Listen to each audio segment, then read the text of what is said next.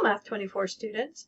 I wanted to make a video to just walk through the syllabus with you like I would if we were in a classroom together. So on the home page is the link to the syllabus.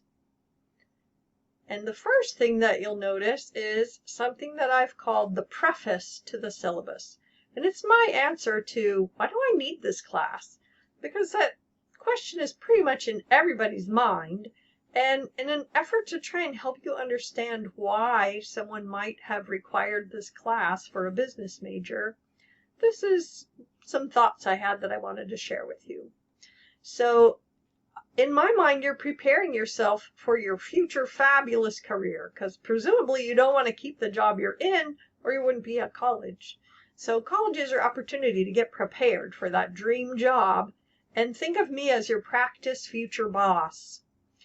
And I've been a boss. I've supervised 6 engineers before, and so I actually know quite a bit about what bosses like. And I went and looked what qualities are employers looking for today to make sure my ideas were up to date. So these are skills that it would be great to highlight in your resume and in the interviews. And this comes from Indeed.com, which is actually a big source of job possibilities for people who are hiring and people who want to be hired. So progress, not perfection, is my goal for you. My sincerest hope is that after taking this class from me, you'll be even better at clearly and logically explaining your reasoning and the justification for your answers. You'll be even better at reading and following instructions carefully, reading multiple times if needed. I often need to read complex paragraphs more than one time for it to become clear to me. I hope that you'll get even better at asking clarifying questions whenever you're not sure about something. Be brave, ask. And I want you to get better at paying close attention to details. However good you are now at being detail-oriented, improve even a little bit more this semester. I want you to get better at proofreading your own work thoroughly. Bosses don't want to have to proofread your work. They want you to submit completed, beautiful, final work that all they have to do is make sure the content is correct. Then ask yourself if your result makes sense and if it's reasonable in the context of the problem you're being asked to solve. I try hard to make sure the problems have context and the problems make sense so that you can make sense of your answers. And you may never use the calculus skills you learn in this class, but I can promise you that all of these other skills that you're practicing and honing, those will definitely help you excel in your workplace. So I'm asking a lot.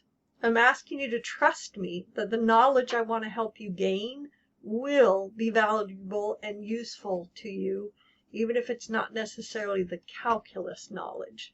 So I'm hoping that you'll lean in and decide to learn this material, get what you can out of the class, and not just try to get through it without putting effort in and without learning. So there are some important dates listed here. Monday the 24th of January, the semester begins, so Tuesday the 25th will be our first Zoom class meeting. It'd be especially wonderful if you came to that one so I could help us all get started out together, all going in the same direction, and help you get started really efficiently. Then Sunday, the 6th of February is the add drop refund deadline. If you decide you're not going to take a class, drop it by this date and you get a refund and nothing appears on your transcript. Then Friday, February 18th is the President's holiday weekend. The Monday is also a holiday, but we never have things due on Mondays, so it's not really much of a holiday for you. But the Friday, I won't have work due on that Friday. Then Friday, April 8th is the deadline to withdraw and get a W on your transcript. You have to withdraw before that date if you don't want to get a letter grade. Then the 11th through the 16th of April is spring break, comes pretty late this semester. And then Saturday, May 21st is the official last day of instruction for the spring semester. I work with students who haven't quite finished all the work yet by then, and do my very best to help everybody get finished with all they can. So please contact me. I love interacting with students. So the Remind Text app is a really easy way for us to communicate. You can send me a Canvas message or email. Use my Google Voice number. I do have a home phone, a landline, for those of you who remember what a landline is. And you can leave a message there. And you can come to the Zoom student hours every Wednesday, anytime between 6:30 and 8:30 p.m. So then I have the syllabus divided up into pieces. The first piece is called What You Need for This Class. And the first thing you need is a lot of time. So this is a 3-unit course. If you were attending the course on campus, you would be spending at least 3 hours a week in class, and then more time to accomplish the homework. So the budget that I would ask you to shoot for is at least 9 hours a week. And that's the average amount of time for an average student with average algebra skills to get an average grade. So you need to adjust accordingly. If you want a better grade, you might need to put more time in. If your algebra skills are dated or not real strong, you might need to allow yourself extra time to do your algebra review. So this course is a lot of work for most students.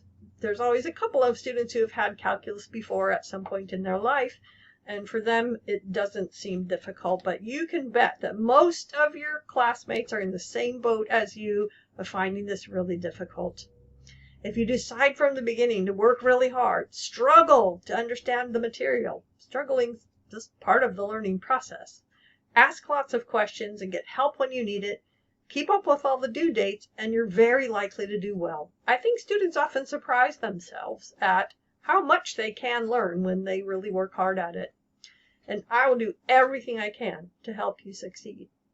So we're going to use Newton Alta homework courseware. You do need to purchase access to it. You can either purchase a code from the bookstore or purchase access from Newton for $40 on their website, or you can pay $10 a month if you choose the monthly option. And if you need 14 days of free courtesy access, you have to choose the full semester option. And please don't hesitate to do that. And if finances are an issue at all, please do not be embarrassed to ask for help. We have help for just that reason. You need access to this software to do your best in the class. So please do what you can to get the access yourself. And if you need any financial resources, we have some available. So you just have to let me know. I've created a packet of guided notes for you, and I used them to make the lecture videos. You need to purchase it at the bookstore. It shows up as required. They don't have them printed yet, so it doesn't have a price there, but each semester so far, the cost has been less than $13 for both volumes. And you only need to buy volume 1 right now, and then after spring break, you can buy volume 2. So I do provide digital copies of that same material if you prefer to print it yourself. Printers don't always faithfully print the math symbols the way they look when I originally typed them. So it's the best option to buy the course pack from the bookstore. So let me know if you have any issues with getting that done. I will be asking you to scan and submit the first 5 filled in course pack notes, and you'll get points for those. So you do have to have a way to fill them in, scan them, and submit them in Canvas. And I want you to try them out for the first 5 course pack notes, and then I'm going to leave it up to you to decide whether or not you're finding it useful. Most students last semester said this was one of the most helpful things about the class, was the lecture videos with the guided notes to fill in. The course does have a prerequisite of intermediate algebra skills, and it's designed for a student who has recently completed Math G, intermediate algebra. And you may have been placed in the class by a counselor, and you may not feel like algebra is your strongest subject, or maybe it's been a long time since you took it. You can still successfully complete this course. We do some algebra review as we go along. You might need to allow yourself extra time to do the algebra review work as well as the Math 24 work. The calculus part of the course often takes twice as much time each week as the other parts because there's a lot of algebra foundation that goes into being proficient at calculus. So this is an online course, so you need access to the internet. And Sierra College can help. If you need a free hotspot or a free laptop, click on this link or let me know and I will get you hooked up. You need a scientific calculator. If you already have one, it's fine, whatever it is. But I do recommend this Casio. It's about $11, and a lot of students have told me that it made a big difference in how well they were able to work with a calculator. So it is good to have a calculator that you're comfortable and familiar with and fast at. So I'm suggesting this one if you don't already have one. You do have to have graph paper. So if you want me to grade graphs, they have to be on graph paper. And you need it right away. The very first week of class, we start off with graphing lines. So you need to have some right away. You actually don't need it until the second week of class, but put this on your list of things you need to do and get is graph paper. And it's on the list in the bookstore as required. You'll also need a ruler, or you can use any straight edge. You can use the edge of a piece of cardboard, as long as your lines are straight. And you'll need a scanning app. There's lots of free versions. If you already have one, use that one. The ones students have recommended to me are Adobe Scan, Microsoft Office Lens, and Genius Scan. And if you have an iPhone, there's a feature built into the Notes app that allows you to scan your work. You do have to scan the work. It doesn't work for my grading app to take a photo and then convert it to a PDF. It won't open in the grading app, and so I can't grade it. Okay, so back to the syllabus, and if you didn't notice, it opened a new tab, and so you can either close that tab or just back up to the previous tab to get to the next button. If you need any help, this is a list of some of the different help resources that are available to you.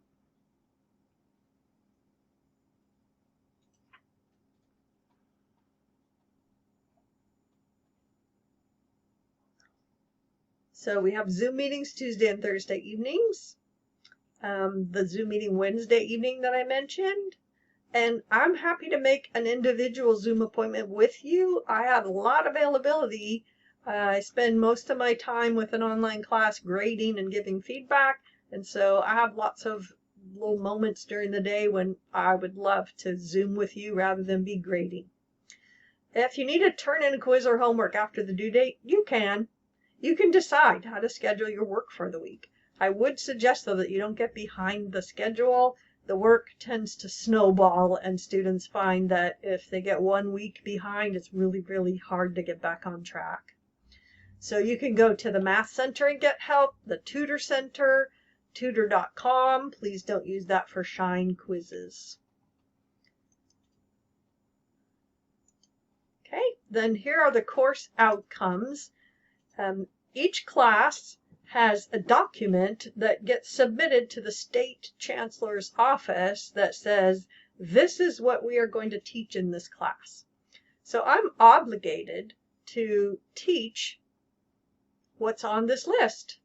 I don't get to decide. I don't get to leave things out. So these are the things on the list for this class. And I'm going to read number 2 because that's the one that's the most important to me.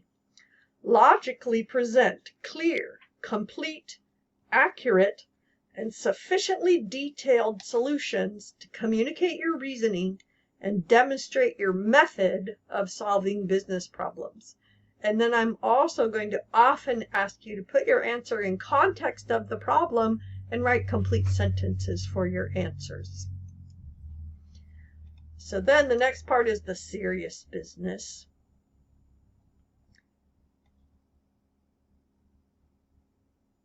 So this is accommodations, the Title IX policy, attendance, withdrawing, and academic honesty.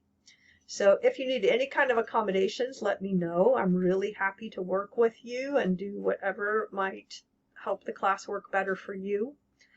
Title IX, I am what's called a mandated reporter. If you share information about sexual harassment, sexual violence, discrimination, I'm obligated to report that you told me about it. I don't have to report it to law enforcement. I just have to report it to our Title IX office. If you don't want to have it reported, I can connect you with a confidential employee who doesn't have to report, who can just talk with you and help you decide if you want to report or how to decide when you might be ready to report. And then these are some community resources that are available. Title IX also applies to nursing, pregnant, and parenting students. So if any of those are things that you're dealing with, please let me know, and we have resources. We can help with that. And although we're teaching and learning online, attendance is required, and each of your instructors may define attendance differently. So in this class, here's how I view attendance. You watch the lecture videos and complete the video quizzes. You fill in the course pack notes and submit your scan. Complete and submit your quizzes. Contribute thoughtfully to each week's discussion board. Make an entry in your journal each week. And access and make progress in the Newton homework software at least every 3 days. So what will happen if you're not able to get that work done? Just communicate with me. So I'm a mom and a grandma, so if I don't hear from students and they're not getting any work done, I really start worrying about them. I wonder if they're in the hospital, or they're in some terrible car accident, or they have COVID. I worry. So please contact me if you're not going to be able to get your work done in a given week. All of these things have to be true in order for me to drop you. You don't even go into Canvas or get any work done for 4 or more days. You miss due dates, and you don't contact me, and you don't respond to my messages. Then I will drop you because I think maybe you meant to drop and just forgot or got sidetracked. And you can be reinstated by contacting me with no explanation at all needed. So I'm erring on the side of doing what can be undone. If you don't drop yourself and you go past that withdrawal deadline, you're getting a letter grade. Whereas if I drop you before that, you keep the option open of being reinstated and getting the grade if that's what you wanted, or you can just leave yourself withdrawn. It is your responsibility to withdraw, so you can't count on me to withdraw you. You can send me a message and ask me to drop you if you prefer not to do it yourself. And it is a little different. If an instructor drops you, I can reinstate you. If you drop yourself, you can't be reinstated. And academic honesty is a big topic in online courses. The penalty can be as severe as a score of 0 for an assignment or being reported to the Sierra College Discipline Office. And if I wonder how a student got an answer, the first thing I'll do is send a message and ask them to tell me about how did they get their answer. If I have evidence of academic dishonesty, I'll provide it and give them an opportunity to respond.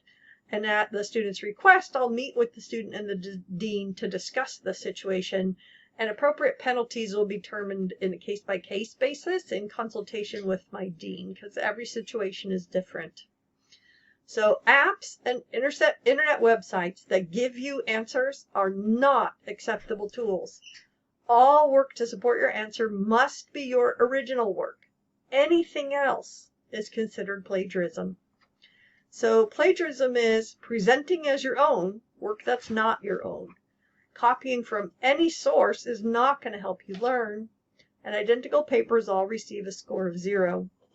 In the business world, ethics is considered so important that you'll be required to learn about it in your coursework. You'll probably have to take a business ethics course. It concerns an individual's moral judgments about right and wrong.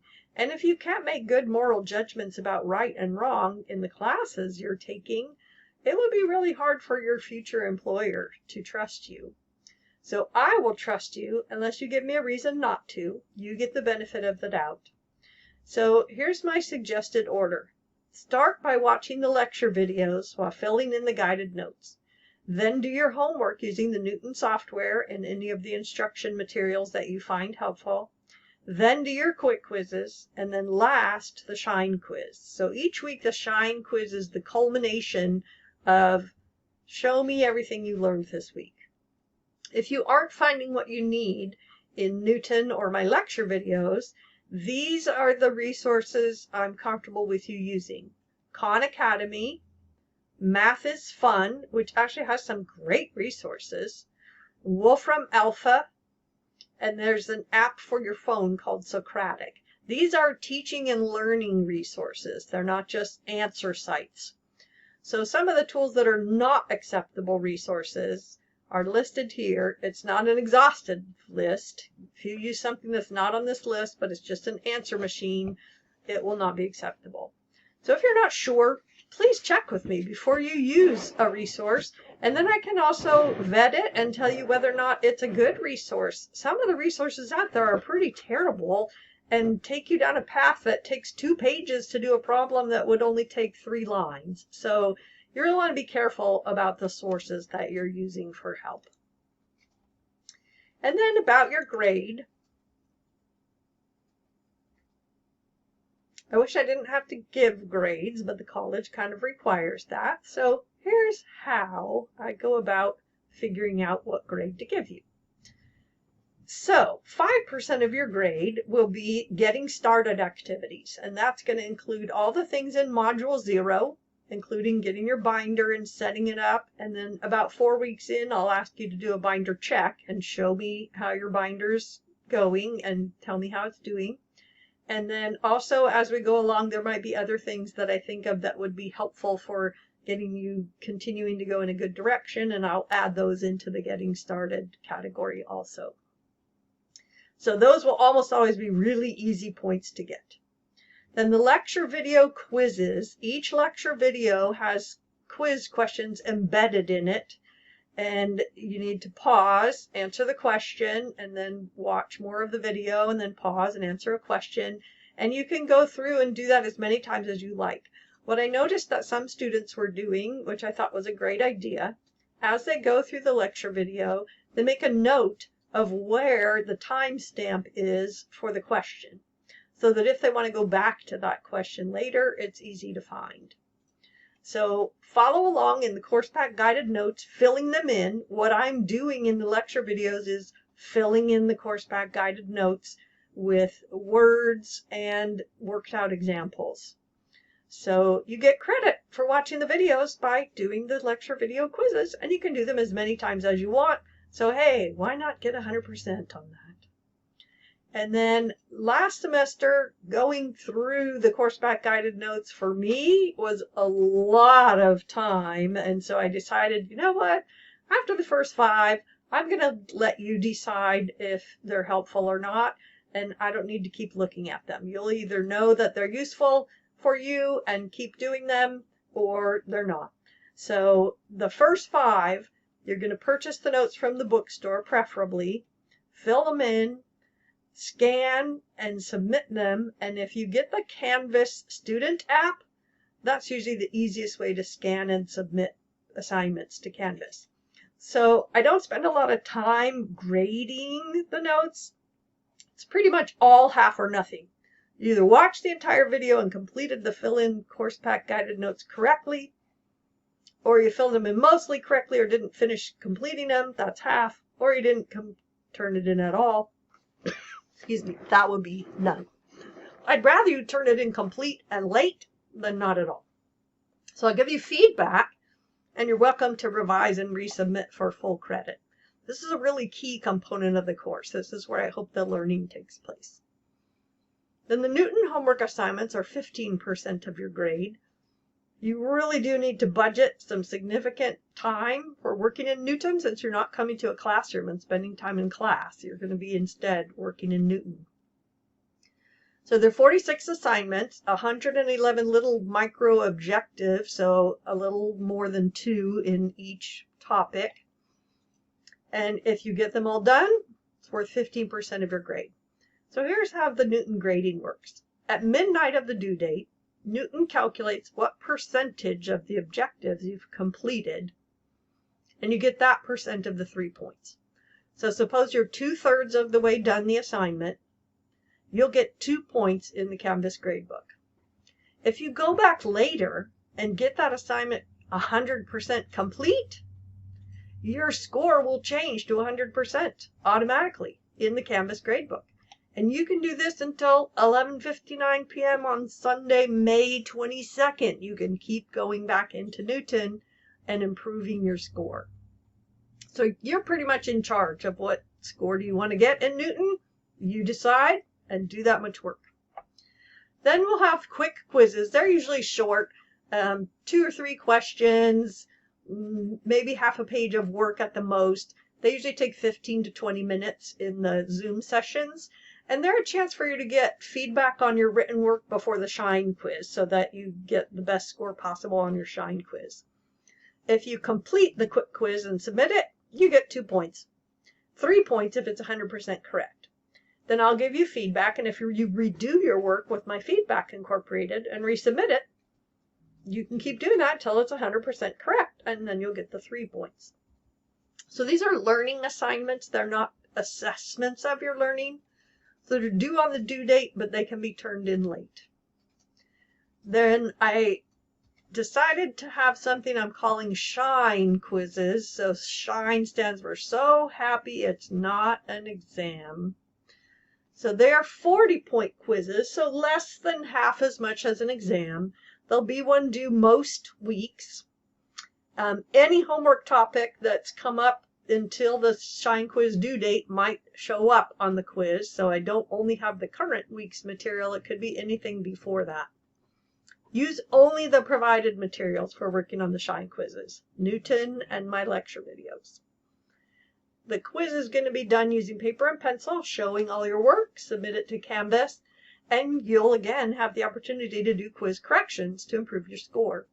They're due on the due date, but you can turn them in late. The due dates are to help you stay on track. The discussion boards are the only things you can't do late. Each week there's a discussion board.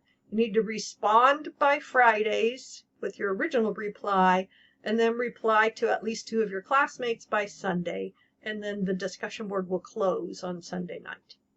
Then each week you'll have a journal, and I put a prompt, but you can ignore the prompt and just check in if that's what you would prefer. And you'll see each journal post instruction says that. I try to just come up with topics that I think might be interesting. Sometimes I'll ask you to read a brief article. Sometimes I'll ask you to watch a short video and just respond to it. Did you notice there's no final exam? In fact, there's no exam. There's no tests. I just decided that, you know what? All those seem to do is stress everybody out, and I want to see how well you can do on a test.